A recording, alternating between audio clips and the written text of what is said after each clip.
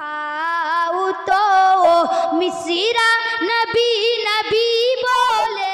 গতিতে উনার কানে আওয়াজ ভেসে এলো, কে জানো আমার আল্লাহর প্রশংসা করছে। চারিদিকে দৌড়াদৌড়ি খোঁজাখুঁজি করতে লাগলেন, কোথাও পেলেন না। অবশেষে দূরে দেখছে একটা পাহাড়ের কর্নারে পাঞ্জাবি সাদা সাদা দেখা যাচ্ছে। দৌড়িয়ে গেলেন, তখন দেখছে দুইজন বান্দা আল্লাহর জিকির করছে, তসবিহ করছে। ইব্রাহিম নবীকে সামনে দেখে সঙ্গে সঙ্গে বন্ধ করে দিয়েছে, চুপ করে গেছেন। এটা অফ করে দাও না, মানে কুকু কিছুর জন্য নাকি। ইব্রাহিম আলাইহিস সালাম বলছেন, ওগো আল্লাহর বান্দা, তোমরা আমাকে দেখে তসবিহ বন্ধ করলে কেন? তোমরা যে আল্লাহর প্রশংসা করছো, তোমাদের মুখে শুনতে খুবই ভালো লাগে, দয়া করে আর একবার প্রশংসা করে শোনাও। তখন ওই দুজন বলছে, ইব্রাহিম নবী, তুমি কি ভেবে নিয়েছো এই দুনিয়ায় ফ্রিতে কোনো জিনিস হয় না, বিনামূল্যে কিছুই হবে না। এতক্ষণ আমাদের ইচ্ছে ছিল তাই গাইছিলাম, এখন ইচ্ছে নেই তাই বন্ধ করে দিয়েছি। তুমি বলার কে? ইব্রাহিম নবী আমার বলছেন, শোনো, তোমার মুখে আমার আল্লাহর প্রশংসা আমাকে এত ভালো লাগতেছে, মন ছটফট করতে আছে, একবার আমার আল্লাহর প্রশংসা করে শোনাও। তখন ওই দুজন বলছে, ঠিক আছে, যদি আল্লাহর প্রশংসা করে শোনাই, তুমি কি দেবে বলো? ইব্রাহিম নবী আমার বলছেন, শোনো, তোমরা যখন দেওয়ার কথা বলছো, তবে জেনে রাখো, আমার আল্লাহর নামের যদি প্রশংসা করে একবার শোনাও, ওই যে আমার ময়দানে উট দেখতে আছো, অর্ধেকটা উট আমি তোমাদেরকে দিয়ে দেব। শুধু আল্লাহর প্রশংসার জন্য তোমাদেরকে দিয়ে দিব।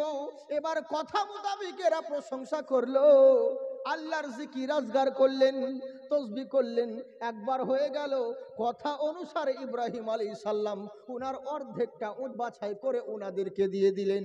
এই উটগুলোকে নিয়ে এই দুজন বান্দা সামনের দিকে হাঁকাতে নিয়ে যেতে আছিল, ডাকাতে ডাকাতে নিয়ে যেতে আছে।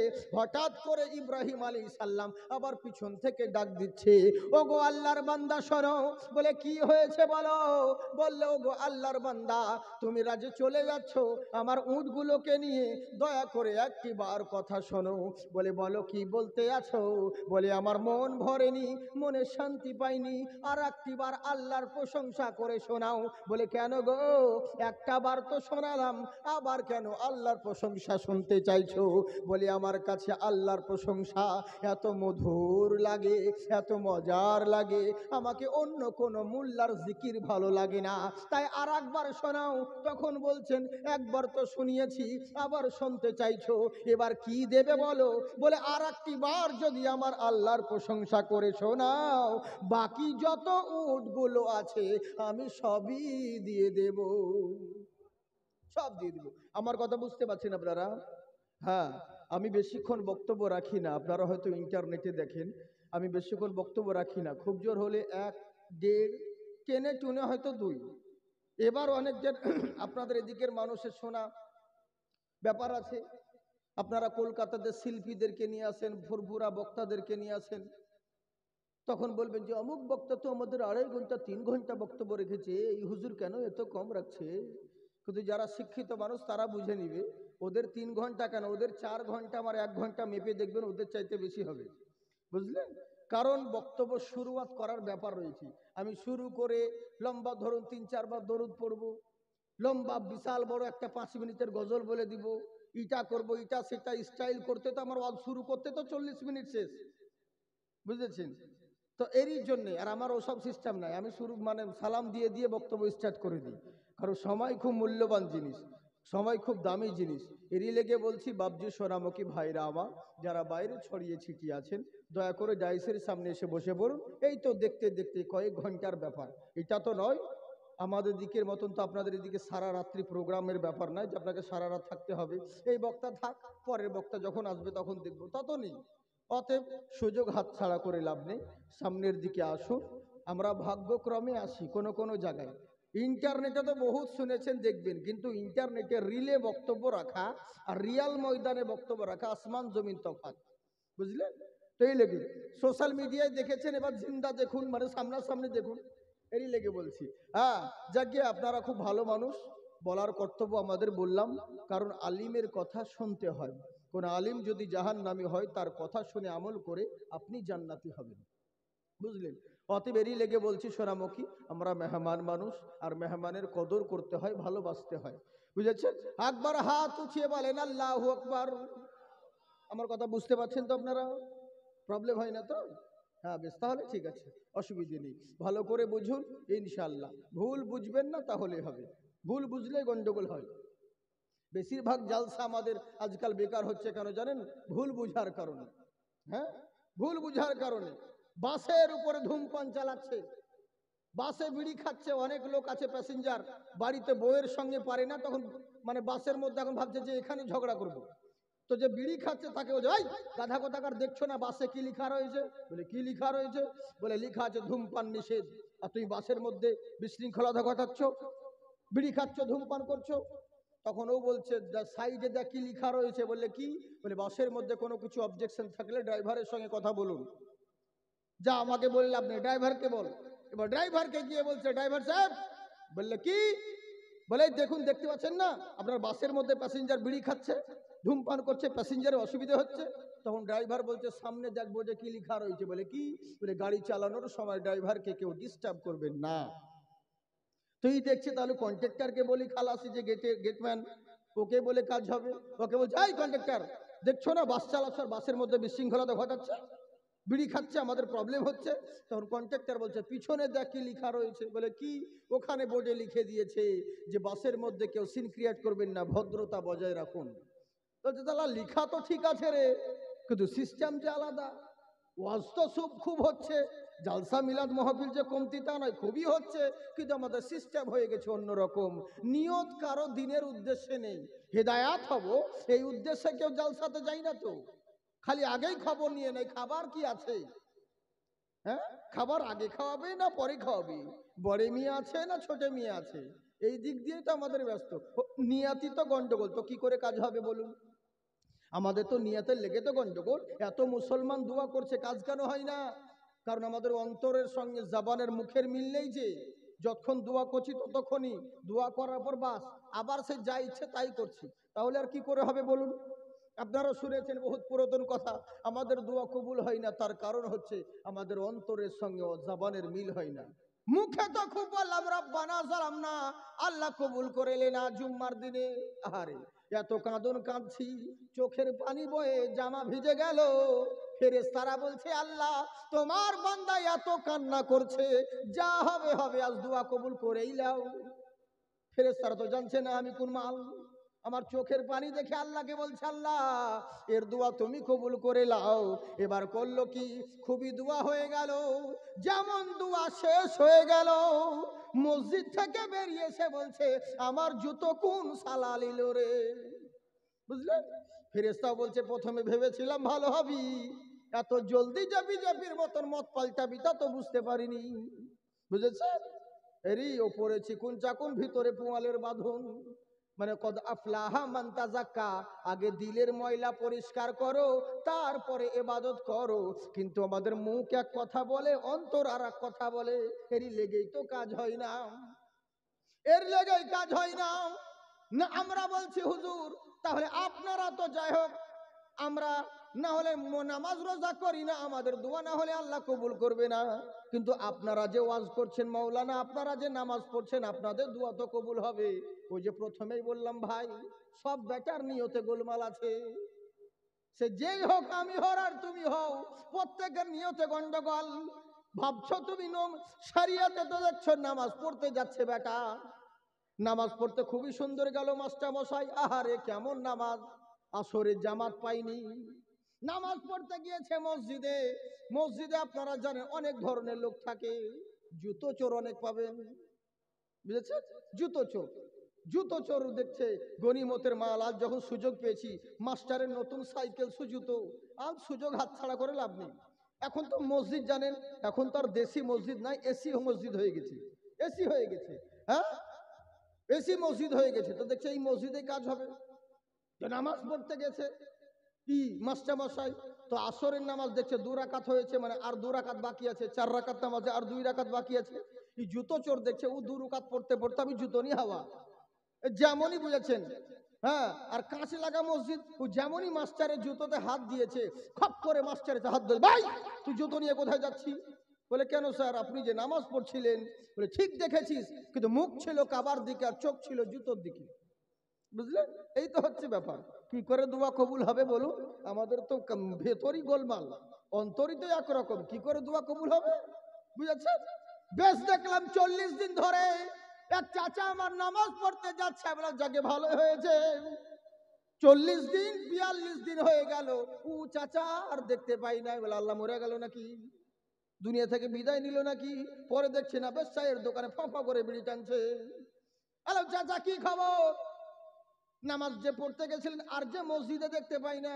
বলে আর বলিও না বাবা, খুবই টেনশন, মেয়ের বিয়ে দিতে হলো, এই দিতে হলো, অনেক ঝামেলা। মানে বেটা মেয়ের বিয়ে দেওয়ার জন্য নামাজ ধরেছিল, যারা ভালো ঘরে মেয়েকার বিয়ে হয়ে যায়, বিয়ে হয়ে গেছে আর মসজিদে ছেড়ে দিয়েছে।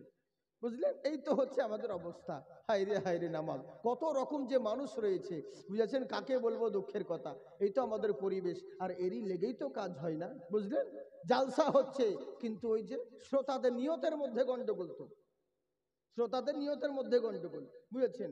এরকম গন্ডগোল অনেক জায়গাতে হয় প্রায়। সেই দিনকে প্রোগ্রামে একটা জায়গাতে 1 ঘন্টা 1.5 ঘন্টা আমার বক্তব্য হয়ে গেছে, এবার শেষ করব, তখন সব লোক জমা উঠে বলছে, হুজুর আর 1 ঘন্টা বলুন, আর 10 ঘন্টা বলুন। যে তোর বাপের মাল লাগিবে, যখন আসবে তোর জন্য আমাকে আরো 1 ঘন্টা চালাতে হবে, এখন কি করছিলি? হ্যাঁ, তো এই হচ্ছে ব্যাপার। বুঝেছেন? তো যাকে অসুবিধে নেই, আপনাদের জন্য সুন্দর খাবারের সুব্যবস্থা আছে। পাল বান্ধার লোক একদম পাল বেঁধে এসেছে, চিন্তার কোনো কারণ নেই। সবারই জন্য খাবারের সুব্যবস্থা আছে। সোনামুখী আমার কলিজের টুকরো ভাই জানেরা, আমার আব্বা জানেরা, মা ও বোনেরা, সকলকে বলবো সব করুন, কিন্তু আগে আসল কাজটা বজায় রাখুন। বাস জালসা ময়দানে একটু সুস্থভাবে বসুন, জালসাটা শুনুন, তারপরে তখন আপনি যা করবেন করুন, চিন্তা করে পাবেন না। ওই লুঙ্গি তুলে ঝেড়ে দেন ওখানে, তাও ভালো, কিন্তু এখন তো বসুন। বুঝেছেন? একবার মোহাব্বতের সঙ্গে বলেন আল্লাহু আকবার। তাই তো আমার আল্লাহ বলে, বান্দা শোনো, দুনিয়ার বুকে তোমরা চারিদিকে দৌড়ে বেড়াও, কিন্তু জেনে রাখো, যে আমার পেয়ারা বান্দা হবে, শুধু মুখে বলবে আমি আল্লাহকে ভালোবাসি, কখনো নয় আমি মেনে নিব। ভাবছো? না না না, আমি নানান রকম জিনিস দিয়ে পরীক্ষা করব। যদি পাস করতে পারো তাহলে তুমি লাভবান হবে, আর যদি পাস করতে না পারো সবই বরবাদ হবে। তাই ইব্রাহিম আলাইহিস সালামকে আল্লাহ পরীক্ষা করছেন। ওই দুজন বান্দা বলছে, আর একবার যদি আল্লাহর প্রশংসা করে শোনাই, তুমি কি দেবে বলো? বলে বাকি অর্ধেকটা তো দিয়েছি, আর বাকি যতগুলো অর্ধেকটা রয়েছে আমি সবই দিয়ে দেব। তসবিহ করলেন, জিকির করলেন, কথা মোতাবিক সমস্ত উট দিয়ে দিলেন। এবার এই দুইজন করলো কি, সমস্ত উটগুলোকে নিয়ে যখন হাঁকাতে নিজের দিকে নিয়ে যেতে আছি, অনেক দূর চলে গেছে। ইব্রাহিম আলাইহিস সালাম আবার পিছন থেকে ডাক দিচ্ছেন। আহারে, শুধু কথা শুনলে হবে না, কত ইমানদার কথা দেখুন, কত ইমানি কথা, কথার মধ্যে কত ওয়েট দেখুন। আরে আল্লাহর রসুল, যাতে যে কোনো নেতার কথা বলছি না, কোনো সাধারণ মানুষ নয়, একজন আল্লাহর পাইগাম্বার। চিন্তা করুন কেমন আল্লাহকে ভালোবাসে। আহারে, অনেক দূর চলে গেছে, আবার পিছন থেকে ডাকছে, ও গো আল্লাহর বান্দা একটু দাঁড়িয়ে যাও। বলে কি হয়েছে? বলে আমার মন ভরে নাই, আর একবার আল্লাহর প্রশংসা করো, আমাকে ভালো লাগতে আছে, আর একবার শোনাও। তখন এরা বলছে, প্রথমবার শোনালাম অর্ধেক উট দিলে, দ্বিতীয়বার শোনালাম বাকি সবই কিছু দিয়ে দিলে, এখন তোমার কাছে তো আর কিছু দেওয়ার মতন নাই, এখন কি শুনবে বলো, আর এখন কি দিবে বলো? বলে আল্লাহর বান্দারা, আমি কথা দিলাম, তোমরা যদি আমাকে আল্লাহর আর একবার প্রশংসা করে শোনাও, আল্লাহর জিকির করে শোনাও, তাহলে এই উটগুলোকে তোমাদেরকে দিয়েছি, এই উটগুলো দেখভাল করার জন্য তো একটা বাগালের প্রয়োজন আছে, একজন দেখভাল করার জন্য একটা লোকের প্রয়োজন আছে। আমি নবী ইব্রাহিম বলছি, আল্লাহর প্রশংসা শোনাবে, এর বিনিময়ে আমি ইব্রাহিম নবী তোমাদের সঙ্গে গোলাম হিসেবে চলে যেতে চাই। সঙ্গে সঙ্গে ফেরেশতা দুজন পায়ে পড়ে গেলেন, হুজুর ক্ষমা করে দিবেন, আমরা সাধারণ কোনো মানুষ নই, আল্লাহর ফেরেশতা। বলে কি হয়েছে বলো? বলে আপনি পরীক্ষায় পাস করে গেছেন। বলে কেন? বলে আপনি যখন ময়দানে উট চড়াতে ছিলেন, আমরা আল্লাহকে বলেছিলাম, আল্লাহ তুমি যাকে ইব্রাহিম খলিলুল্লাহ টাইটেল দিয়েছো, যাকে তুমি বন্ধু বানিয়েছো, আমরা তো দেখছি তোমার চাইতে ও তো দুনিয়া নিয়ে ব্যস্ত আছে, উঁটি নিয়ে ব্যস্ত আছে। আল্লাহ বলেছিলেন না না না, তোমরা ভুল দেখছো, কিন্তু ইব্রাহিম আমাকে বেশি ভালোবাসে, এরই লেগে তাকে খলিলুল্লাহ বানিয়েছি। তাই আমার আল্লাহর সঙ্গে আমরা দুনিয়ার বুকে ইজহার করতে এসেছিলাম, আপনাকে পরীক্ষা করতে। আপনি পরীক্ষায় পাস করে গেছেন, আপনি সমস্ত কিছুর চাইতে বুঝতে পারলাম আমার আল্লাহকে ভালোবাসেন, আপনি পরীক্ষায় পাস করে গেলেন। তাই তো আমার আল্লাহ বলে, বান্দা শোনো, দুনিয়ার মানুষ তোমরা মুখে বলে দিবে আমি আল্লাহ ভয় করি, আমি নবীকে ভালোবাসি, আর মনে করছো আমি মেনে নিব, কখনো না। বিভিন্ন জিনিস দিক দিয়ে তোমাকে পরীক্ষা করব। চিন্তা করুন, মুসলমান নবী হয়ে আল্লাহর প্রশংসা শোনার জন্য নিজের সবকিছু বিলাতে রাজি, এমনকি নিজে পর্যন্ত বিক্রি হতে যেতে আছে। আর আমরা মুসলমান নবীর আশিক বলি নিজেকে, আমরা সাধারণ কোনো মানুষ, নামাজ রোজা তো করি না, হজ যাকাত তো দিই না, গুনাহগার বান্দা। কিন্তু আল্লাহ রসুলের মাহফিল আমাদের যখন কানে আওয়াজ আসে, কানে শব্দ শুনতে পাই, ওরে শোনা মাত্র যাওয়া তো দূরের কথা, নিমন্ত্রণ দেওয়ার পরেও আমরা আসি না। আর আমরা বলি আমরা হলাম আল্লাহর বান্দা। বলুন, মুখের সঙ্গে কি কাজের মিল আছে? কখনো নয়। এরই লেগেই তো আমাদের এই দূর অবস্থা। বুঝতে পারলেন বাবজি সোনামুখী আমার? হ্যাঁ, তাই আমি আল্লাহ রাব্বুল ইজ্জাতের কোরআনে মাজিদ থেকে আয়াতে কারিমা পেশ করেছি, ফামান তাবিয়া হুদায়া।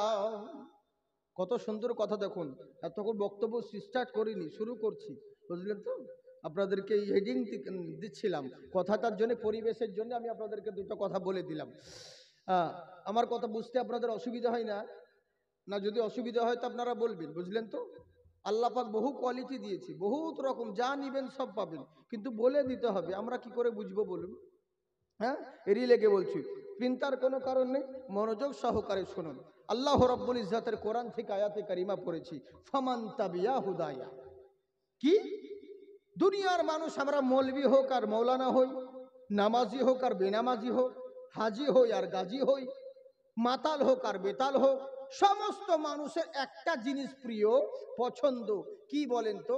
সেটা হলো যে আমি কামিয়াব কি করে হব, আমি লাভবান কি করে হব, জীবনে সাকসেসফুল কেমন করে হব। সব বেটা এর পিছনেই দৌড়ে বেড়ায়, কিন্তু একটা বারও ভাবে না যে সাকসেসফুল কাকে বলে আর সাকসেসফুল কোথায় পাওয়া যায়, এটা কেউ ভাবে না। বুঝেছেন? কামিয়াবি হওয়ার জন্য চাঁদে পর্যন্ত গেল আমেরিকার সায়েন্টিস্ট, চাঁদে গিয়েছে কত টাকা খরচা করে, আরব খারব ডলার খরচা করে চাঁদে গিয়েছিল। কিসের জন্য বলেন? কি প্রয়োজন ছিল চাঁদে যাওয়ার? একটাই উদ্দেশ্য, ইতিহাসে যেন রেকর্ড থাকে যে চাঁদে কেউ যেতে পারে নাই, অমুক সায়েন্টিস্ট আর বৈজ্ঞানিক চাঁদে গিয়েছিল। ভ্রমণ করতে গিয়েছিল একটা কামিয়াবি পাওয়ার জন্য, সাকসেসফুল হওয়ার জন্য আরব খারব ডলার খরচা করে চাঁদে যেতে হয়েছিল। আচ্ছা বলুন, এরা হলো আমেরিকার সায়েন্টিস্ট, কিন্তু আমার মন বলে এদের মতন বোকা গাধা আর কেউ নাই।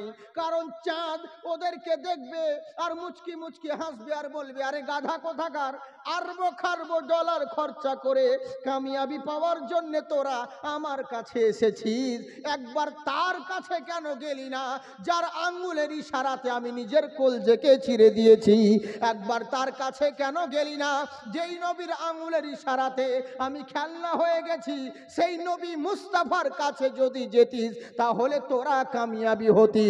কামিয়াবি কোনো মোল্লার দরবারে পাওয়া যায় না, লাভবান সাকসেসফুল কোনো মোল্লার দরবারে পাওয়া যায় না। একটাই দরবার, সেটা হলো রাসূলুল্লাহর দরবার। বুঝলেন? নবীর দরবারে পাওয়া যায়, কিন্তু আমরা জানি না। তাই আমার আল্লাহ বলে, বান্দারে, দুনিয়ার মানুষ যারা তোমরা কামিয়াবির পিছনে দৌড়ে বেড়াচ্ছ, কিন্তু কামিয়াবি কাকে বলে এটা কি তোমরা জানো? মানুষ বলে, আল্লাহ, তিনতলা রাস্তার ধারে বিল্ডিং করে নিলাম, মানে আমি কামিয়াব হয়ে গেলাম। কেউ ভাবছে আমার ছেলে ভালো চাকরি করে, তার মানে আমি লাভবান হয়ে গেলাম। কেউ ভাবছে আমার মেয়ের ভালো ঘরে সম্বন্ধ হলো, বিবাহ দিয়ে দিলাম, মানে আমি কামিয়াব হয়ে গেলাম। বিশাল বড় জমি জায়গা করে নিয়েছি, মানে আমি লাভবান হয়ে গেলাম। ধন সম্পত্তি সম্মান মর্যাদা থাকলে আমার কামিয়াব হওয়া যায়। আমার আল্লাহ বলে, বান্দারে, ওকে কামিয়াব বলে না।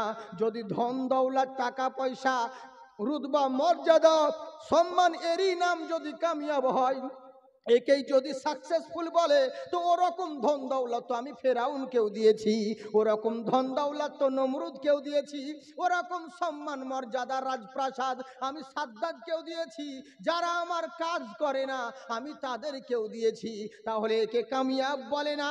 ওরকম ধন দৌলত নমরুদেরও আছে, তোরও আছে, তাহলে তোর আর ওর মধ্যে তফাৎ কি থাকলো?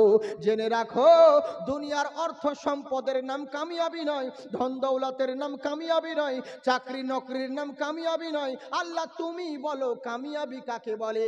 আমার আল্লাহ বলেন, শোনো, ফামান তাবিয়া হুদায়া, কামিয়াব তাকেই বলা যায়, কামিয়াব তারাই হয় যারা হেদায়াত পেয়ে যায়। যারা হেদায়াত পেয়ে গেল তারাই প্রকৃত কামিয়াব হয়ে গেল। মন দিয়ে শুনবেন, হেদায়াত যারা পেল তারা কামিয়াব হয়ে গেল, কিন্তু হেদায়াতটা কোন জায়গায় পাওয়া যায় এটা আমরা জানি না ভাই। বুঝলেন? হেদায়াত কোথায় পাওয়া যায়? আচ্ছা বলুন তো দেখি, একটা কথা বলে দিই, হেদায়াতের মালিক কে? আল্লাহ। বাহ, গুড। হেদায়াতের মালিক হলেন আল্লাহ। কিন্তু আচ্ছা বলুন তো দেখি, হেদায়াতের মালিক আল্লাহ, তাই বলে কি আপনি যা ইচ্ছে তাই করবেন আর বলবেন আল্লাহ যখন হেদায়াত করবে তাই হবে? কখনো নয়। এরকম তো অনেকই হয়, আমাদের মানুষ দেখি তো দিন রাত্রি, বুঝেছেন, গাঁজা টেনে বেড়াচ্ছে ছেলে গো, জুম্মার নামাজ পড়ে না। ওর গার্জেনকে যদি বলি একটু ছেলেকে শাসন করো বাবা, তো বলছে হুজুর দোয়া করেন, আল্লাহ যখন হেদায়েত করবে তখন হবে। রমজান মাসে ছেড়ে বিড়ি চালাচ্ছে ফফা ফফা করে, আসরের টাইমে বিড়ি টানছে। আর মগরিবে দেখছি রাজনীতির নেতা ইফতার পার্টি দিয়েছে, বেশ দাঁতুন ঘুষছে মসজিদে মগরিবের সময়। ওকে গিয়ে বলছি কি খবর চাচা, আসরের সময় যে দেখলাম বিড়ি টানতে, এখন আবার তুমি দাঁতন ঘুষছো, তার মানে? বলে অল্প বয়সে মলবি হয়ে গেছে বাবা, বুঝতে পারবা না দেখছে, ওসব তোমরা বুঝবা না। যে কি খবরটা বলুন, হিকমতটা কি আছে? বলে দেখো বাবা, এতই তো রোজা না রেখে একটা পাপ করে ফেলেছি, তো ইফতারটা ছেড়ে দিয়ে কি আর একটা পাপ করবো? এর লেগে ইফতারটা ছাড়িনি। মানে যুক্তি দারুণ, মানে যুক্তি খুব, তো বুঝেছেন? হ্যাঁ, এরকম দিনের পর দিন কেটে গেল, নামাজ নাই, রোজা নাই। গার্জেনকে বললে বলবে হুজুর আল্লাহ যখন হেদায়াত করবে তখন হবে। আরে হেদায়াত কি তোর মামার বাড়ির আবদার পেয়েছি যে তোর মতন বান্দার ঘরে ঢুকে আল্লাহ হেদায়াত করতে যাবে? ওরে না না না, তোর মতন বান্দা এলেই বাকি, না এলেই বাকি, এলে তোর ভালাই হবে, না এলে তোর খারাপই হবে। কিন্তু আমার আল্লাহ একটা অপশন দিয়েছে, দুনিয়ার বান্দারা তোমরা শুনে রাখো, আমি হেদায়াতের মালিক, তাই বলে আমার জরুরি নয় কাউকে জোর করে হেদায়াত করতে হবে। কিন্তু হ্যাঁ, কোন বান্দা বান্দি যদি হেদায়াতের উদ্দেশ্যে আমার দিকে এক ধাপ এগিয়ে আসে, আমার কুদরত তার দিকে 10 ধাপ এগিয়ে যাবে। কিন্তু তোমাকে আসতে তো হবে, ঘরে বসে থাকবে আর বলবে আল্লাহ যখন হেদায়েত করবে তখন হব, এটা কখনো হয়? কখনো নয়। হেদায়াত তোমাকে, হেদায়াতের জন্য তোমাকে আসতে হবে, ঘরে বসে থাকলে হবে না। হেদায়াত পেলে কি করা যায়, আর হেদায়াত হয়ে গেলে কি লাভ হবে, এটাই আপনাদেরকে বলি। ওরে হেদায়াত হয়ে গেলে কি হওয়া যায়? আমার আল্লাহ বলেন, মান কানা লিল্লাহি কানা লাহু লাহু, যারা আল্লাহর হয়ে যায় আল্লাহ তাদের হয়ে যায়। আমার আল্লাহ বলে, বান্দারে তোরা শুধু আমার গোলাম হয়ে যা, সারা জগৎকে তোদের গোলাম বানিয়ে দেব, সব বানিয়ে দিব। কেন নাম, আজকে যা কিছু দিয়েছি মুসলমানকে, আজকে পেট্রোলের খনি আল্লাহ কোনো কাফেরের পাততলায় দেয় নাই, দিয়েছ তো মুসলমানের পাততলায়। আজকে ডিজেলের খনি কোনো কাফেরের পায়ের তলায় দেয় নাই, দিয়েছে তো মুসলমানের পাততলায়। আজকে সোনার খনি দিয়েছে তো মুসলমানের পাততলায়। আজকে গ্যাসের খনি তাও দিয়েছে মুসলমানের পাততলায়। আল্লাহ বোঝাতে চাইলেন, ওরে জগৎবাসী শোন, দুনিয়াকে নেতৃত্ব দেওয়ার জন্যে যা যা প্রয়োজন লাগে আমি আল্লাহ সবই দিয়ে দেব, শর্ত হলো একটা, তোরা শুধু আমার হয়ে যা, সারা দুনিয়াকে আমি তোদের করিয়ে দেব। কিন্তু হ্যাঁ, আর তোরা যদি আমার না হো তো তোদের মাল ধন সম্পত্তি কেড়ে নিয়ে অন্যের হাতে দিব, আর অন্যের হাতে তোদেরকে শায়েস্তা করব। আর এরই লেগেই তো এই অবস্থা হচ্ছে। আল্লাহর ভয় দিল থেকে উড়ে গেছে, এরই লেগে তো মোল্লাকে ভয় করতে হচ্ছে এখন, বুঝলে? মুসলমান ভয় করবে আল্লাহকে, কিন্তু আল্লাহর ভয় দিলে নাই, এরই লেগেই তো মোদিকে ভয় করতে হচ্ছে। কারণ ওর দিলে যদি আল্লাহর ভয় থাকতো তাহলে ও কোনো বেটাকে দেখে ভয় করতো না। আচ্ছা আপনারা বলুন, খাজা মাইনুদ্দিন চিশতি রাদিয়াল্লাহু তাআলা আনহু, হিন্দুস্তানের বুকে এখন যে মুসলমানের এই পরিস্থিতি, এখন কি এটা নতুন ভেবেছেন? এর পূর্বে কত কি হয়েছে। এর পূর্বে মুসলমানের এখন কি দেখছেন দুর্দশা। এখন তো বহুত মুসলমান, কিন্তু হিন্দুস্তানে যখন ইসলাম আসেনি, মুসলমান আসছে, তখন কিছুই ছিল না। তখন আরো কত বিপদ ছিল, চিন্তা করুন কত ভয়ঙ্কর ছিল। এখন তো বহু মুসলিম। ই সামান্য এরা কি করেছে রে, কিন্তু এর আগে কত দুর্ঘটনা ঘটেছে জানে, কত অত্যাচার জুলুম নির্যাতন হয়েছে। যখন খাজা গরিবে নওয়াজ হিন্দুস্তানের বুকে আসবেন, তখন কার রাজত্ব ছিল বলেন তো? পৃথ্বীরাজের রাজত্ব। বাহ, আপনারা তো ভালো গো, জানেন সবই। আমরা বা কি জানি না, সবই জানি, কিন্তু ওই যে মানি না, এটাই হচ্ছে ব্যাপার। বাকি কি জানি না, সবই জানি, বুঝলে হুজুর? সব জানি হুজুর, করাকাত নামাজ, ফজরে, করাকাত জোহরে সব জানি হুজুর, কিন্তু পড়ি না তাই, বুঝলেন? কি খেলে রোজা ভাঙে, কি খেলে রোজা থাকে ওটাও জানি হুজুর, শুধু রোজা রাখি না তাই। এইটা হচ্ছে আমাদের প্রবলেম, বুঝলে? সবই জেনে বসে আছি, কিন্তু ওই যে মানি না। কিন্তু জানার নাম ইমান নয়, মানার নামই হলো ইমান। বুঝতে পারছেন তো?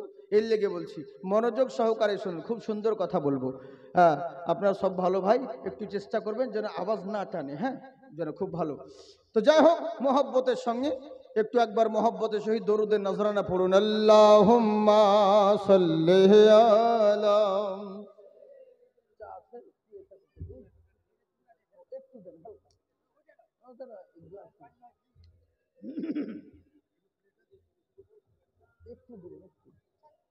চালু করো। ওয়ালা আলে সাইয়্যিদিনা। Hello hello. আল্লাহুম্মা সাল্লি আলা। হ্যালো, মাওলানা মুহাম্মদ ওয়ালা আলে সাইয়্যিদিনা মাওলানা সাল্লাল্লাহু মুহাম্মদ। তাআলা আলাইহি ওয়াসাল্লাম। কথাগুলো মন দিয়ে শুনবেন। এবার হলো কি, এখন তো হিন্দুস্তানের বুকে এখন অনেক কিছু হয়েছে মুসলমান, কিন্তু তখন কিছুই ছিল না। পৃথ্বীরাজের রাজত্ব ছিল। তো পৃথ্বীরাজের মা এসে তারা গণক ছিল, তো সে এসে তার ছেলেকে বলছে, রাজ দরবারে এসে বলছে, বেটা, বলে কি? তো বলছে, শোনো, তোমার আর বেশি দিন রাজত্ব থাকবে না। বলে এবার কেমন কথা বলছো মা? এই কথা যদি অন্য কেউ বলতো তাকে কেটে দিতাম। বলে বাবা শোনো, এতদিন আমি যা বলেছি কোনো কথা মিথ্যে হয়েছে? বলে না। বলে এটাও মিথ্যে বলি না। বলে কেমন করে? বলে পশ্চিম দিক থেকে 9 জন আল্লাহওয়ালা দরবেশ ফকির আসবে, আর সে এসে কিন্তু তোমার ধুলিসাৎ করে দিবে, তোমার ধর্মও ধুলিসাৎ করবে, তোমার রাজত্বও শেষ করে দিবে। তখন পাশে ভুটান রাজা বসেছিল, ই বলছে, রানীমা কেমন কথা বলছেন? 9 জন আসবে তো কি আছে, আমাদের কয়েকজন সিপাহীকে পাঠালে তো কতল করে দিবে, সবকে শেষ করে দিবে। তখন রানীমা বলছে, খবরদার বেয়াদব কোথাকার, তুই জানিস তার সম্পর্কে? তো সাধারণ কোনো মানুষ ভেবেছিস নাকি? পৃথিবীর সমস্ত হাতিয়ার নিয়ে যদি তাকে মারতে যাস, তার কিচ্ছু করতে পারবি না, কারণ সে কোনো সাধারণ মোল্লা নয়, সে হলো স্বয়ং আল্লাহওয়ালা বান্দা, আল্লাহর একজন ওলি। বলে তাই নাকি? বললে হ্যাঁ। তবে ওকে যদি মারতে পারিস তাহলে একটাই জিনিস, কৌশল করে মারতে হবে, চালাকি করে, তাছাড়া কোনো হাতিয়ার দিয়ে তাকে মারতে পারবি না। চারিদিকে খবর চলে গেল যে কেন খবরদার, চারিদিকে খবর পৌঁছে গেল এরকম কোন টুপিওয়ালা ফকিরওয়ালা যাকেই দেখবে তাকেই কতল করো। তখন হিন্দুস্তান পাকিস্তান একই ছিল, ভাগ ছিল না, সবাইকে কতল করবে লাহোরের সরজমিন দিয়ে। কিন্তু আমার রানীমা বলেছে 9 জন, আর আমার খাজা গরিবে নওয়াজ মদিনা থেকে এসেছেন একাই, একজন এসেছেন। পুরো হিস্ট্রি বলছি না, শুধু দুটো কথা বলছি শিক্ষার লেগে। একাই উনি আসছেন। আস্তে আস্তে রাস্তায় 2 জন ব্যক্তির সঙ্গে দেখা, বিরান জঙ্গল মরুভূমি এলাকা, দুজনের সামনাসামনি দেখা। এই দুজন কান্না করতে লাগলো। খাজা গরিবে নওয়াজকে বলছে, ওগো আল্লাহর বান্দা, আপনার চেহারা দেখে মনে হচ্ছে আপনি ভালো মানুষ। বলে কি হয়েছে বলো? বলে আমরা ক্ষুধার্ত ব্যক্তি, একটু যদি অন্ন দান করতেন আমরা বড়ই উপকৃত হতাম। বলে বাবা রে, এই কথা যদি হয় তাহলে নাও, আমি তো অনেক দূর যাব, আমি কোথায় যাব আমার কোনো ঠিক ঠিকানা নেই, তবে তোমরা ক্ষুধার্ত যখন আছো এই নাও খাবার। উনার থইলেতে যেই খাবারটা ছিল রুটি, সেগুলো উনাদেরকে দিয়ে দিলেন। দেওয়ার পরে এবার বলছে, হুজুর শীতের সময় আমরা যে কোনো কম্বল খরিদ করব এরও আমাদের কাছে কোনো অর্থ নেই। উনার কাছে যেটা ছিলেন সেটাও আশরাফি যেটা ছিল সেটাও দিয়ে দিলেন। তখন এই ডাকাতের দুজন বলতে আছে, আপনার কাছে আর কিছুই নেই? বললেন না বাবা, যা ছিল সবই তোমাদেরকে দিয়ে দিলাম। বলে এখন আপনি যাবেন কেমন করে? বলে কোনো ব্যাপার নেই। তখন এই দুজন মুচকি মুচকি হাসতে লাগলো। বলে হাসছো কেন বাবা? বলে এরই লেগে হাসি, আপনাকে ভেবেছিলাম আপনি ভালো মানুষ, আপনি বুদ্ধিমান মানুষ, কিন্তু আপনার মতন টুপিওয়ালা দাড়িওয়ালা যে এত বোকা হয় তা তো জানতাম না। বলে কথা বলছো কেন রে? বলছে হুজুর আপনি কি আমাকে চিনেন? আমরা কে? বলে কে বাবা তোমরা? বলে আমরা কোন অসহায় ব্যক্তি নই, আমরা হলাম নামি দামি এই শহরের ডাকাত। এই রাস্তা দিয়ে যারাই যায় তাদেরকে লুটমাট করে খেয়ে নিই, তাই আপনার কাছে আমরা এলাম। যা ছিল আপনার কাছে সবই দিয়ে দিলেন, এখন আপনি কি খাবেন আপনি চিন্তা করেন। খাজা গরিবে নওয়াজ মুচকি হাসছে। বলে হাসছেন কেন? বলে এরই লেগে হাসছি রে বাবা, আমার চাইতে তোরা বেশি বোকা। বলে কেন গো? বললে শুনে রাখ, যেই মহান রব্বুল আলামিন এই বিরান জঙ্গলের মঠে আমার ওসিলাতে তোদের রুজির ব্যবস্থা করতে পারে, সেই আল্লাহ কি আমাকে নৈরাশ করে দিবে? কখনো নয়, আমারও ব্যবস্থা করে দিবে। আল্লাহু ইয়ারযুকুন, রুজির মালিক হলেন আমার আল্লাহ, আমারও কোনো একটা ব্যবস্থা হয়ে যাবে। আল্লাহর রহমত থেকে কেউ দূরে নয়। সঙ্গে সঙ্গে ডাকু দুজন বলল, হুজুর আমরা ভুল করেছি, আল্লাহর রহমত থেকে দূরে ছিলাম, বুঝতে পারিনি। নিশ্চয় আপনি সাধারণ মানুষ নয়, আপনার চেহারা আলাদা, আপনি এত বড় ইমানদার, আপনার যদি আদর্শ এত সুন্দর হয়, না জানি আপনি যেই নবীর দরবার থেকে আসেন ওই নবীর আদর্শ কত সুন্দর হবে। মুহতাজ কা আলম ये है तो मुख्तार का आलम क्या होगा? दो जहां में काम आए जो ऐसा कोई काम तो होगा। বললে হুজুর আপনার আদর্শ যদি এত সুন্দর হয়, না জানি আপনার ধর্ম কত সুন্দর হবে। আর দেরি করেন না, আপনার হাতটা বাড়িয়ে দিন, আমাদেরকে কলমা পড়ে মুসলমান করে নিন। খাজা গরিবে নওয়াজ হাত বাড়িয়ে দিলেন আর বললেন, পড়ো কালমা তাইয়্যিবা, লা ইলাহা ইল্লাল্লাহু মুহাম্মাদুর রাসূলুল্লাহ সাল্লাল্লাহু তাআলা আলাইহি ওয়াসাল্লাম। কলমা পড়ে মুসলমান হলেন। একজন উনি ছিলেন। এই 2 জনকে নিয়ে কজন হলো? 3 জন। আর রানীমা বলেছেন 9 জন আসবে। এই 3 জন হলেন। রাস্তায় যেতে যেতে আরো কিন্তু হয়ে যাবে 6 জন, নিয়ে টোটাল হয়ে যাবে 9 জন। এই 9 জন আল্লাহওয়ালা, ওদিকে যাচ্ছি না, এখানে বলতে গেলে 3 দিন লাগবে। 9 জন আল্লাহওয়ালা বান্দা। এবার আনা সাগর যেই জায়গায় ছিল, আসলে আনা সাগর নয়, ওটা আন্না দেব খনন করেছিল, এর জন্য ওর নামে সাগরটার নাম হয়েছিল আন্না দেব, আন্না সাগর। কিন্তু আমাদের তো জানেন নাম বিগড়াতে ভালো পারি, বুঝেছেন? আব্দুল জব্বারকে শর্টকাটে বলি জব্বার, জব্বার, হ্যাঁ বুঝেছেন তো? ওর নাম হচ্ছে খোদা বাক্স, বলছে খুদু, শর্টকাট, বুঝেছেন তো? হ্যাঁ, ওর নাম হচ্ছে বদর আলী বদরে আলম, তো ওকে বলছে বধু, শর্টকাট। এই তো হচ্ছে আমাদের ব্যাপার। তো আন্না দেব থেকে শর্টকাটে আনা হয়ে গেল আনা সাগার। ওই আনা সাগারের পাশ দিয়ে ময়দান রয়েছে। ওই ময়দানে এই 9 জন আল্লাহওয়ালা বান্দা বসে বসে তাসবিহ তাহলিল করছে, জিকির আজগার করছে, সুবহানাল্লাহ, আলহামদুলিল্লাহ, লা ইলাহা ইল্লাল্লাহ, আল্লাহু আকবার, আল্লাহু আকবার, ওয়ালিল্লাহিল হামদ। আল্লাহর তাসবিহ করতে আছে। এবার রাজার কর্মচারীরা বলছে, কে বাবা আপনারা, এখানে কারা? তো দেখছে সবাই টুপি পরে আছে, বুঝেছেন, টুপি নিয়ে দাড়ি নিয়ে বসে আছে। বলছে আপনারা কারা বাবা? বলে কেন বাবা, কি হয়েছে বলো? বলে এখানে কেন? বলে এমনি বসে আছি বাবা, আমরা ফকির মানুষ, দরবেশ মানুষ, আল্লাহওয়ালা মানুষ। হ্যাঁ, তোমার যেভাবে তুমি বলছো ওরকম নয়, আমরা কারোর জায়গা কবজা করতে আসিনি, আমরা আল্লাহওয়ালা মানুষ, মোহাব্বতের দাওয়াত দিতে এসেছি। হ্যাঁ, বলছে সরে যান এখান থেকে। বলে কেন, কি হবে? বললে না, আমাদের এখানে রাজার উট বসে, আমাদের এখানে রাজার উটগুলোকে আমরা বেঁধে রাখি, আপনার এখানে বসার চান্স নাই, চলে যান এখান থেকে। বলছে বাবা, এত বড় ময়দান থাকতে এই সামান্য এইটুকু জায়গায় আমরা বসে আছি, তো তোমার কি ক্ষতি হচ্ছে বাবা? উটগুলোকে তো অন্য জায়গায় বাঁধতে পারো। তো যে না, ওসব চলবে না। রাজার কানে খবর গেল, রাজা বলছে হটাও ওসব ভণ্ড ফকির আল্লাহওয়ালা, ওই টুপিওয়ালা দাড়িওয়ালাদেরকে, ভণ্ডদেরকে। মানে চিরদিনই অ্যালার্জি সবাই ছিল। তা আমি চিন্তা করছি, ও তো পৃথ্বীরাজ মুশরিক ছিল, ইহুদি ছিল, মুসলমান নয়, গায়ের মুসলমান ছিল বলে আল্লাহদেরকে চিনতে পারেনি, ভণ্ড বলেছিল, ফকির ভণ্ড বলেছিল, দিওয়ানা বলেছিল। তো এখন যে মুসলমান যারা টুপিওয়ালা দাড়িওয়ালা আছে, এরাও যে আল্লাহর ওলির বিরুদ্ধে কথা বলে, আমি তো বুঝতেই পারি না সালারা মুসলমান না মুশরিক। মুশরিকরা বলবে এই কথা, ইহুদিরা বলে, তো মুসলমানরা বলছে, তার মানে বুঝতে হবে ওর ইমানের মধ্যে খামতি আছে। পৃথিবীর বুকে যেই ব্যাটাই বলুন না কেন, সে হানাফি হোক আর বেরেলি হোক আর শাফি হোক আর মালিকি হোক আর হাম্বেলি হোক, দেওবন্দি বলেন আর ভূতবন্দি বলেন, আহলে হাদিস বলেন আর আহলে খবিস বলেন, যত মাযহাব বলেন না কেন, সব দলকে একটা কথা স্বীকার করতে হবে, কি? আজকে যে কোরআন কোরআন নিয়ে দলিল দিয়ে বেড়াচ্ছ রাস্তাঘাটে, নামাজ নামাজ করে বেড়াচ্ছ, হজ যাকাত ইসলাম ইসলাম করে বেড়াচ্ছ, আল্লাহ রসুলের হাদিস বলে বেড়াচ্ছ, এগুলো তোমার বাপ এনে দেয়নি। ইসলাম যদি পেয়েছো তো তোমার মতন মৌলবীর ভাষণ দিয়ে ইসলাম প্রচার হয়নি, ইসলাম প্রচার হয়েছে তো ইওলি আউলিয়ার দ্বারাতেই ইসলাম প্রচার হয়েছে। হিন্দুস্তানের বুকে ইসলাম যদি পেয়েছো, কোন মোল্লা এনে দেয়নি, আল্লাহওয়ালা ইসলাম এনে দিয়েছে।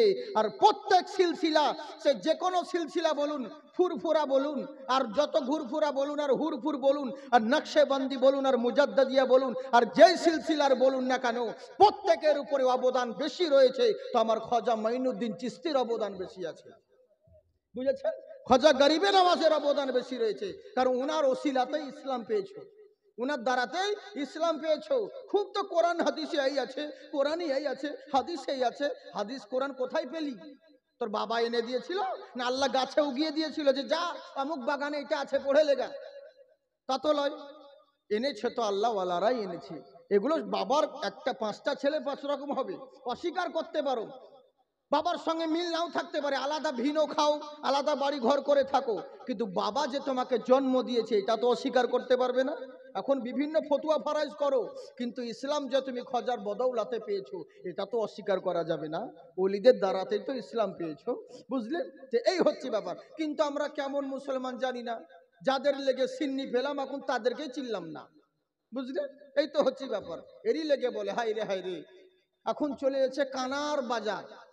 এরই লেগে লালন একটা কথা বলেছিল, এসব দেখি কানার হাট বাজার।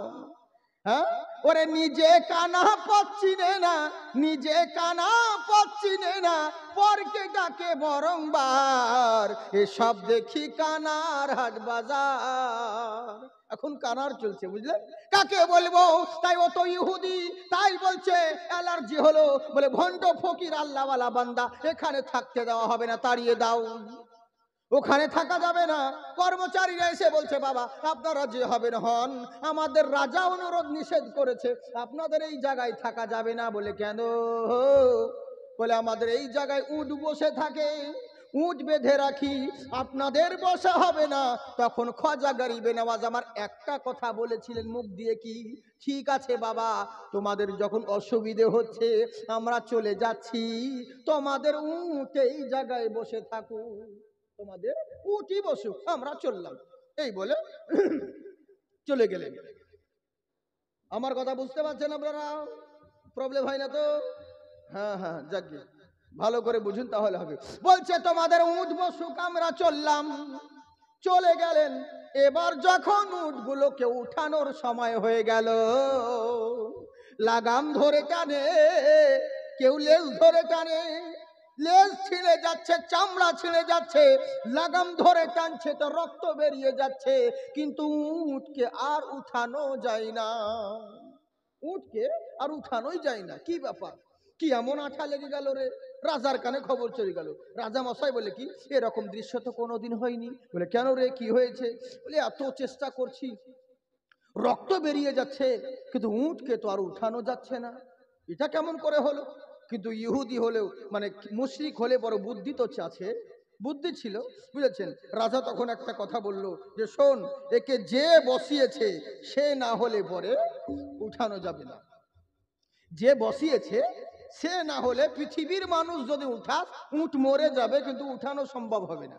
বলে, তাই নাকি? বললে, হ্যাঁ। বলে, কি করতে হবে? বলে, যাক, ওই যে ভণ্ড ফকিরওয়ালাদেরকে ডাক, ওরাই বসিয়েছে, ওরা না হলে উঠবে না। আমি বলবো, যারা বাইরে দাঁড়িয়ে রয়েছেন ভাই, একটু সামনের দিকে আসুন না, অনেক অসুবিধা হচ্ছে, রাস্তা জ্যাম করে বসে আছেন, আপনারা দাঁড়িয়ে রয়েছেন। আমার সোনামুখী ভাই, আপনারা দয়া করে, হ্যাঁ, আপনাদের মহফিলটাকে লোকদের সুযোগ করিয়ে দিন। আপনারা বাঁকুড়ার মানুষ, খুব ভালো মানুষ, যার রাস্তা জ্যাম করে দাঁড়িয়ে লাভ নেই। সাইডে অনেক জায়গা রয়েছে, আসুন বন্ধু, কোনো ব্যাপার নেই। ওরা আমরাও ইয়াং মাল, তোমাদের মতনই বন্ধু, অসুবিধে নেই। খুব বয়স্ক আমরাও নয়, বুঝেছে তো? তোমাদের সঙ্গে আমাদের মিল খাবে ভালো, কিন্তু ওই যে তোমরা যে দূরে দূরে থাকছো, দেরি লেগে তো কাজ হয় না, বুঝলে? লোকে বলে ইয়াং মলবি নিয়ে এসে কাজ হবে, হয়তো ইয়াংরা যদি কিছু কাজ হতো, ইয়াংরা তো আমাদের কাছে আসেই না, তাহলে মলবি হলে বয়স্ক ভাবে লোকে, বুঝলেন তো? বুড়ো ভাবছি। তাহলে সোনামুখী ভাই আমার, তোমাদেরকে বলবো, অনেক জায়গা রয়েছে, হ্যাঁ, আমার কলজের ভাই, অনেক লোকজন আছে, ওনাদেরকে আসার সুবিধে করে দাও। রাস্তার ধারে দাঁড়ায়ও না মাঝখানে, অনেক জায়গা ডানে বামে রয়েছে, তোমাদের জন্য বসার সুব্যবস্থা রয়েছে, ওখানে দাঁড়িয়ে আছো, ওখানে থেকে যেটা পাবে তুমি এই জায়গায় যদি মাহফিলের মধ্যে বসে পড়ো, মহান আল্লাহ তোমাকে 100 গুণ নেকি দান করবে। একটা কথা জেনে রাখিও, 1 সেকেন্ড, প্রত্যেকটা সেকেন্ডের, প্রত্যেকটা মিনিটের কাছে আল্লাহকে তোমাকে হিসাব দিতে হবে। এই বাল্ব ব্যবহার করছো, এর জন্য বিল দিতে হয়। আলা হাওয়া ব্যবহার করছো, বিল দিতে হয়। কিন্তু আল্লাহর সূর্যের আলা ব্যবহার করছো, আল্লাহর অক্সিজেন ব্যবহার করছো, বিল লাগে না ঠিকই, হ্যাঁ, কিন্তু হিসাব দিতে হবে তোমাকে পাই পাই। এটা জেনে রাখি, পাই পাই তোমাকে হিসাব দিতে হবে। কত আল্লাহ তোমাকে ছেলে খেলানো করার লেগে দুনিয়াতে পাঠায়নি। আরে বিনা উদ্দেশ্যে মানুষ একটা পা পর্যন্ত ফেলে না, আর তুমি কি ভেবে নিয়েছো এত বড় পৃথিবীতে আল্লাহ তোমাকে পাঠিয়েছে এই শুধু শুধু ছেলে খেলানো করার জন্য? কত সহজ নয়। কত সেকেন্ড ভালো কাজে কাটিয়েছো, আর কত সেকেন্ড দুনিয়ার কাজে কাটিয়েছো। যে আল্লাহ তোমাকে তৈরি করেছে, সে আল্লাহর কাজে কতটা সময় ব্যয় করেছো, আর তুমি মোল্লার কাজে কতটা সময় ব্যয় করেছো। প্রত্যেকটা সেকেন্ড, প্রত্যেকটা মিনিটের তোমাকে পাই পাই হিসাব দিতে হবে। কেউ রেহাই পাবে না। আল্লাহ ছাড় দিয়েছে কিন্তু ছেড়ে দেয়নি, এটা জেনে রাখি। তাই বলবো ভাইজান সোনামুখী, দয়া করে দায়সের সামনে এসে বসো, খুবই ভালো হবে ইনশাআল্লাহ। বসে সবের অধিকারী হবে, দেখতে দেখতে সময় চলে যাবে। এই তো আর 1 ঘন্টার ব্যাপার। একটু দয়া করে, তোমরা অনেকজন বাইরে রয়েছে, অসুবিধা হচ্ছে, এটি লেগে বলছি, তোমরা এগিয়ে বসো। ইসলামের উপরে অবদান যদি থাকে, তো তোমাদের মতন যুবকদের, এই বুড়োদেরকে নিয়ে কাজ হবে না। এরা তো এখন খরচের খাতায়, যা আগে করে নিয়েছে করেছে, এখন তোমাদেরকে হাতিয়ার ধরতে হবে, নইলে এই দিনকে, এই দেশকে বাঁচানো খুব দাঁড়িয়ে রয়েছে।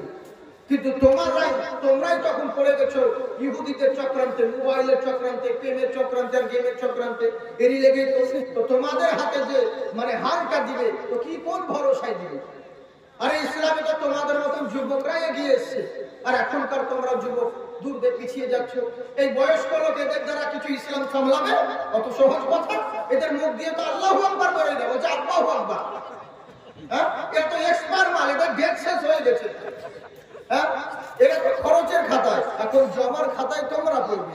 এই লেগে বলছি বাবজি সোনামুখী ভাইরা আমার, তোমরা একটু সামনের দিকে এসো, একবার দরুদে পাকের নজরানা পড়ুন। আল্লাহুম্মা সাল্লি আলা সাইয়্যিদিনা মাওলানা মুহাম্মদ ওয়া আলা আলি সাইয়্যিদিনা মাওলানা মুহাম্মদ हाँ माशाल्लाह जिंदाबाद ठाकुर कि नूर का सागर नूर की मैं है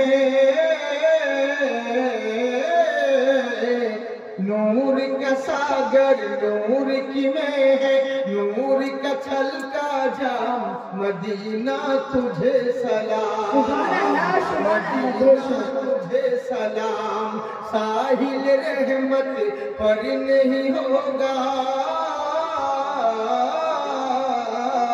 साहिल रहमत पर नहीं होगा कहीं भी किसना काम मदीना तुझे सलाम मदीना तुझे सलाम मोहब्बत बड़े सुभान अल्लाह कि रोज कयामत का वो सूरज हमको क्या झुलसाएगा खुद ही डूबा जाएगा खुद ही डूबा जाएगा अरे साफ ये महशर के दामन में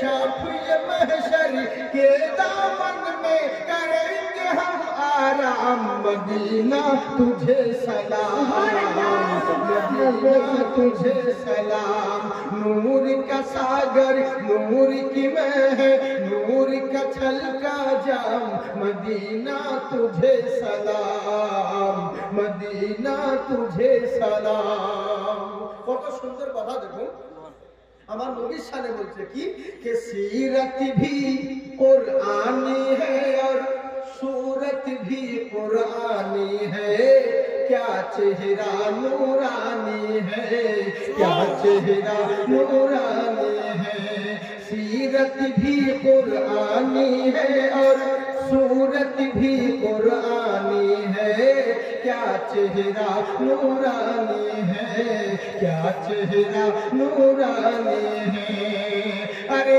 इनकी तकदीर में लिख दे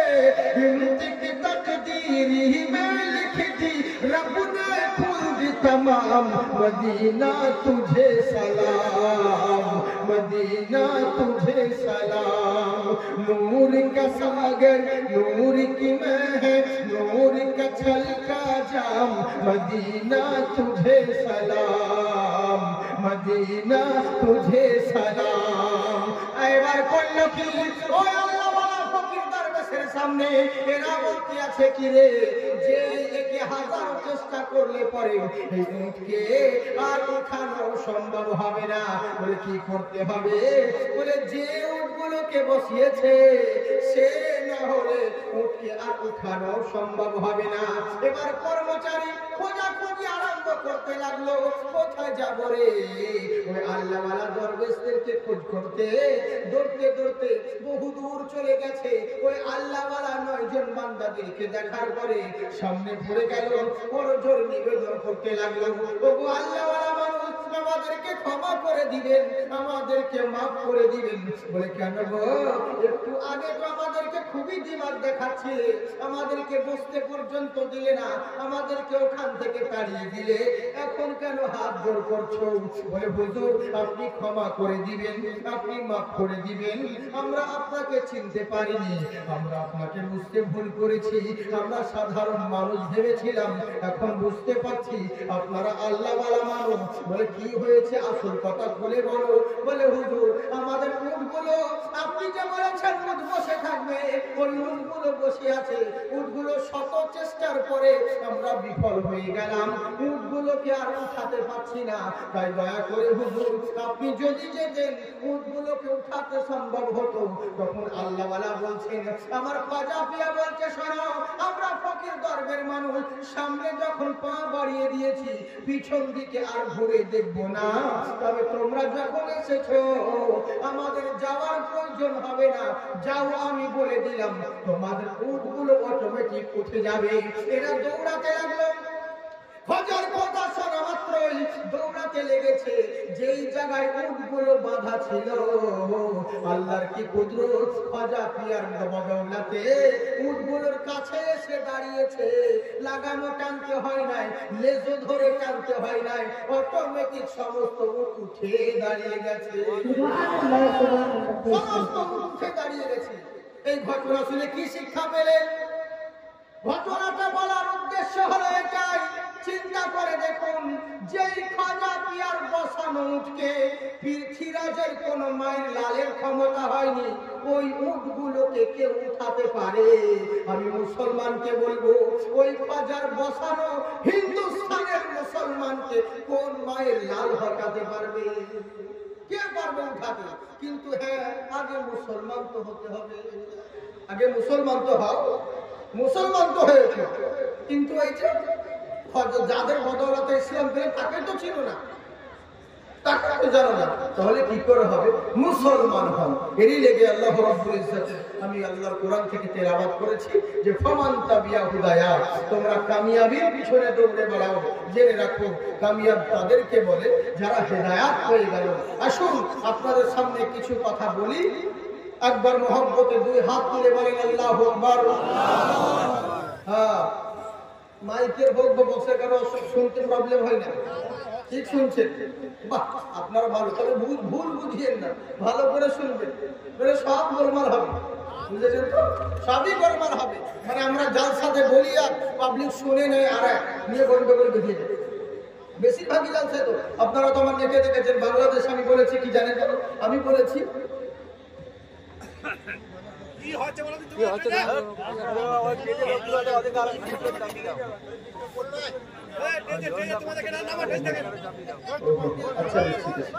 আচ্ছা বেশ, ঠিক আছে ইনশাল্লাহ। ওনারা বলছেন আমাকে যে তাড়াতাড়ি শেষ করে দেন, খাওয়া দাওয়ার ব্যবস্থা আছে, শেষ করে দেবো।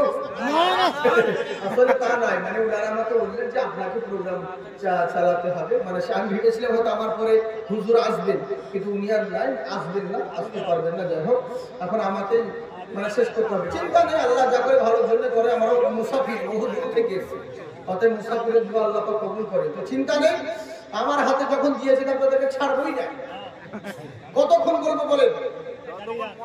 সারা রাত? হ্যাঁ, বাবার জিনিস তো সারা রাত। হ্যাঁ, আল্লাহ আপনাদের জাজবা ভালো রেখেছে, ভালো থাকুন, অসুবিধে নেই। তবে কথা হচ্ছে কি, যেটা বলছিলাম মন দিয়ে শুনুন, ভালো করে শুনবেন, ভুল বুঝবেন না। বুঝেছেন তো? ইসলামিক আদর্শ মেনে চলুন।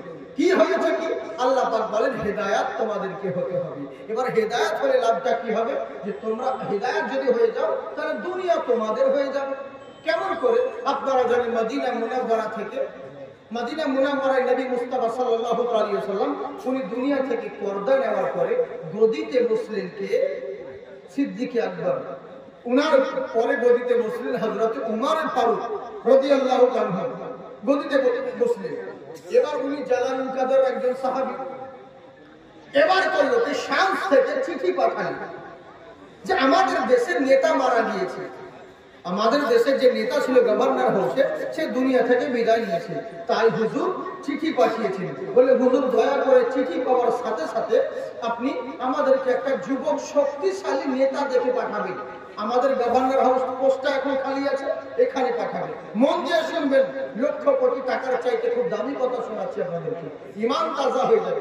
বললে হুজুর দামি একজন নেতাকে পাঠাবেন। কেন দামি যুবক শক্তিশালী নেতা বললেন? বললে হুজুর আমাদের দেশে অন্যায় অত্যাচার বেড়ে গেছে, রাহাজানি, চুরি, ছিনতাই, ডাকাতি প্রচুর বেড়ে গেছে হুজুর।